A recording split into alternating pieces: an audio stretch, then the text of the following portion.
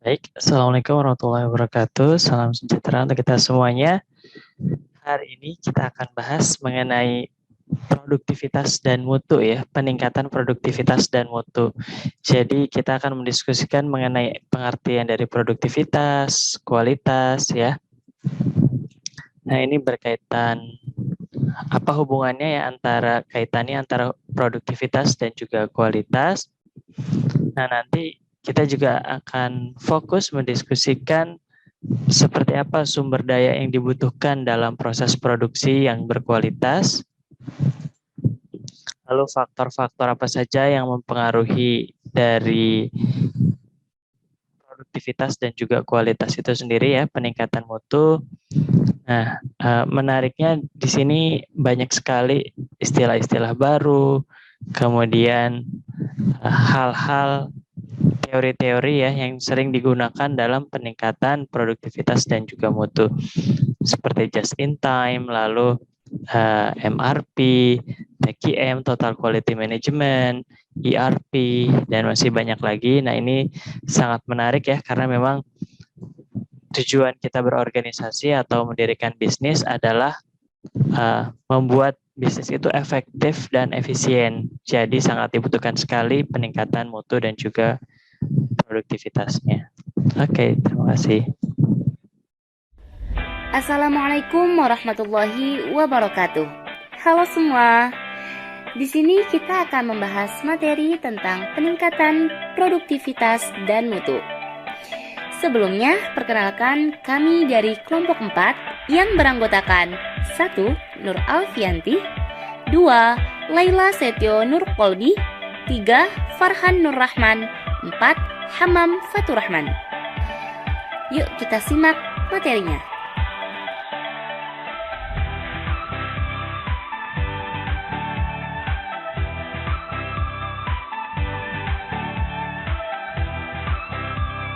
Yang pertama ada pengertian produktivitas dan kualitas. Produktivitas adalah ukuran yang ditentukan untuk mengetahui seberapa baik kualitas sumber daya yang dimiliki serta dimanfaatkan guna mendapatkan hasil yang optimal. Produktivitas pada dasarnya adalah mengukur efisiensi dari kegiatan produksi. Kualitas adalah tingkat baik atau buruknya suatu produk yang dihasilkan. Apakah sesuai dengan spesifikasi yang telah ditentukan ataupun kesesuaiannya terhadap kebutuhan. Kualitas tentunya bukan hanya produk atau barang, tetapi juga diaplikasikan pada sektor jasa atau pelayanan. Selanjutnya ada hubungan produktivitas dan kualitas. Produktivitas merupakan suatu ukuran kinerja ekonomi yang membandingkan seberapa banyak yang dapat diproduksi suatu sistem dengan sumber daya yang dibutuhkan untuk memproduksinya. Semakin banyak kita memproduksi dengan menggunakan sumber daya yang lebih sedikit, semakin besar pertumbuhan produktivitas dan manfaat yang diambil bagi pelaku ekonomi. Selain itu, kita juga wajib melihat dari sisi kualitas, di mana hal ini dapat menciptakan kesesuaian penggunaan serta menawarkan keunggulan yang diinginkan konsumen. Bila sumber daya digunakan cara yang efisien, maka kuantitas outputnya juga menjadi semakin besar. Kemudian, cara meningkatkan produktivitas dan kualitas terjaga. Yang pertama, yaitu periksa alur kerja yang ada. Yang kedua, lacak kesalahan. Yang ketiga, perbarui proses bisnis. Yang keempat, investasi dalam pendidikan karyawan. Yang kelima, investasi dalam pemeliharaan. Yang keenam, tetap teratur. Yang ketujuh, dorong kolaborasi. Yang kedelapan, buat lingkaran kualitas. Dan yang terakhir, yang kesembilan, yaitu memiliki harapan yang realistis. Selanjutnya, produksi. Proses produksi yaitu serangkaian tugas di mana berbagai sumber daya digunakan untuk menghasilkan produk barang atau jasa. Manajemen produksi yaitu manajemen proses di mana berbagai sumber daya digunakan untuk memproduksi barang dan jasa. Kemudian Ada sumber daya yang digunakan dalam proses produksi. A. Sumber daya manusia, yaitu tenaga ahli diperlukan untuk beberapa bentuk produksi. Namun untuk bentuk-bentuk produksi yang lain dapat digunakan tenaga kerja tidak ahli. B. Bahan baku. Bahan baku yang digunakan dalam proses produksi normalnya diubah oleh sumber daya manusia perusahaan menjadi suatu produk akhir. C. Sumber daya lain. Sumber daya lain dapat berupa bangunan, mesin, peralatan, dan lain-lain. Mengkombinasikan berbagai sumber daya untuk produksi. Stasiun kerja workstation, sebuah area di mana satu atau beberapa orang karyawan diberikan pekerjaan tertentu. Stasiun kerja membutuhkan mesin dan peralatan sekaligus juga karyawan. Lini perkaitan assembly line, serangkaian stasiun kerja di mana setiap stasiun kerja dirancang untuk mengerjakan tahapan-tahapan tertentu dari proses produksi. Produksi dari satu produk tunggal mungkin membutuhkan beberapa stasiun kerja, di mana setiap stasiun menggunakan karyawan, mesin, dan bahan baku. Faktor-faktor yang mempengaruhi keputusan lokasi. A. Biaya ruang kerja. B. Biaya tenaga kerja. C. Insentif pajak. D. Sumber pemerintahan akan produk yang diproduksi. E. Akses transportasi. F. Pasokan tenaga kerja. Masalah-masalah yang dihadapi industri dalam memilih lokasi. Dekat dengan sumber material, dekat dengan pasar, mudah mendapat tenaga kerja, mudah fasilitas transportasi, mudah memperoleh air, sikap pemerintah setempat dan masyarakatnya. Desain dan layout. Desain menunjukkan ukuran dan struktur dari pabrik atau kantor. Layout, pengaturan mesin dan peralatan dalam pabrik atau kantor tersebut. Faktor-faktor yang mempengaruhi desain dan layout. Karakteristik lokasi, proses produksi, lini produk, kapasitas produk yang diinginkan.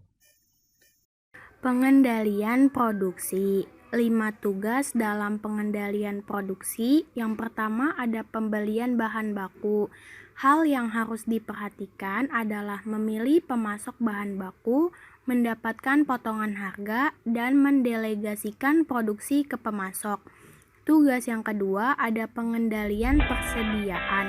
Pengendalian persediaan merupakan proses pengelolaan persediaan pada tingkat yang akan meminimalkan biaya. Pengendalian ini meliputi pengendalian persediaan bahan baku, pengendalian persediaan barang dalam proses, dan pengendalian persediaan barang jadi. Metode untuk mengurangi biaya terdiri dari 2. Yang pertama ada just in time atau JIT, yaitu merupakan sistem yang mencoba untuk mengurangi persediaan bahan baku ke tingkat yang paling minimum dengan sering melakukan pemesanan bahan baku dalam jumlah kecil.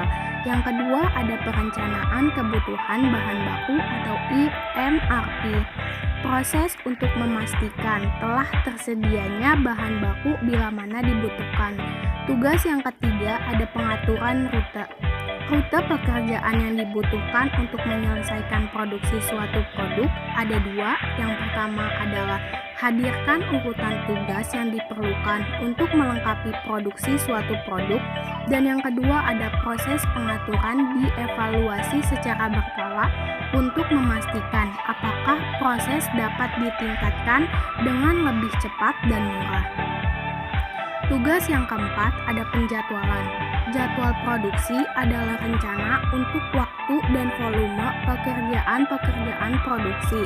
Penjadwalan produksi dapat ditingkatkan melalui penggunaan sistem berbasis komputer yang disebut perencanaan sumber daya perusahaan atau Enterprise Resource Planning atau ERP, yang tujuannya untuk otomatisasi akuntansi, produksi, penerimaan pesanan, dan proses-proses dalam bisnis lainnya. Tugas yang kelima ada pengendalian mutu. Pengendalian mutu merupakan proses untuk memastikan apakah mutu suatu produk atau jasa memenuhi tingkatan mutu yang diinginkan dan mengidentifikasi perbaikan yang mungkin dibutuhkan dalam proses produksi. Mutu adalah tingkat sampai sejauh mana produk atau jasa yang diberikan perusahaan mampu memenuhi keinginan atau harapan pelanggan. Selanjutnya ada manajemen mutu total atau Total Quality Management atau TQM. Merupakan tindakan mengawasi dan meningkatkan mutu produk atau jasa yang dihasilkan. TQM membutuhkan adanya penilaian produk secara terus-menerus, dimulai sejak bahan baku produk dipesan sampai pelanggan membeli dan menggunakan produk tersebut. Selanjutnya ada teknik penilaian mutu. Perusahaan mengandalkan teknik untuk menilai mutu dengan cara antara lain pengendalian oleh teknologi, pengendalian oleh karyawan, pengendalian melalui pengambilan contoh, dan pengendalian melalui pengawasan keluhan. Selanjutnya ada Total Quality Management atau TQM. TQM merupakan program untuk meningkatkan efisiensi dan mutu produksi dengan membiarkan karyawan untuk mengambil lebih tanggung jawab di dalam keseluruhan proses. TQM pada awalnya digunakan secara ekstensif di Jepang dan memiliki tujuan untuk meningkatkan kepuasan pelanggan.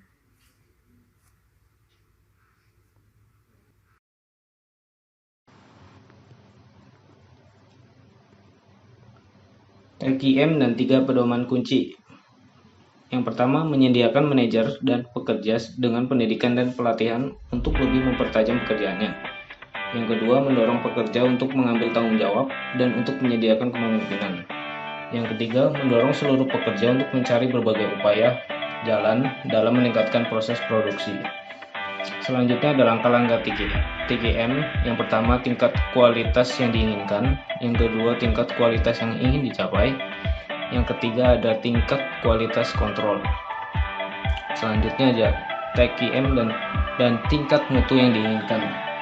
Yaitu ada definisikan kualitas, tentukan sumber daya yang dibutuhkan, menilai permintaan produk, tentukan tingkat kualitas, mengorganisasi tim kerja, menggunakan bahan baku bermutu tinggi, dan melatih pekerja untuk meningkatkan mutu kerja. TQM dan berdasarkan pengendalian tingkat mutu. Yang pertama, komputer, para pekerja, memonitoring komplain, lalu ada survei, dan koreksi atas defisiensi. Selanjutnya, metode peningkatan efisiensi. Yang pertama, teknologi. Pekerjaan-pekerjaan yang diselesaikan oleh mesin tanpa menggunakan teknologi manusia. Contoh, mesin baru dan otomatisasi. Kedua, skala ekonomis, pengurangan biaya rata-rata per unit melalui peningkatan volume. Yang terakhir, restrukturasi, perubahan proses produksi sebagai salah satu usaha untuk meningkatkan efisiensi, dilakukan melalui rekayasa ulang, re-engineering, maupun perampingan, downsizing. Yang terakhir ada efisiensi produksi. Efisiensi yaitu kemampuan untuk memproduksi produk dengan biaya yang rendah. Tolak ukur, pengevaluasian kinerja dengan melakukan perbandingan terhadap beberapa tingkat tertentu, biasanya suatu tingkat yang telah dicapai oleh perusahaan lain.